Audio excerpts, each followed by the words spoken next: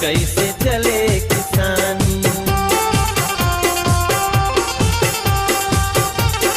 चेहरे देखे लोग दिखेले इन्हीं के जोगाड़ में, केहू उनसे हाथ मिलावे केहू निरखे आड़ में। बड़ी मजा बड़ी बाटे आनंद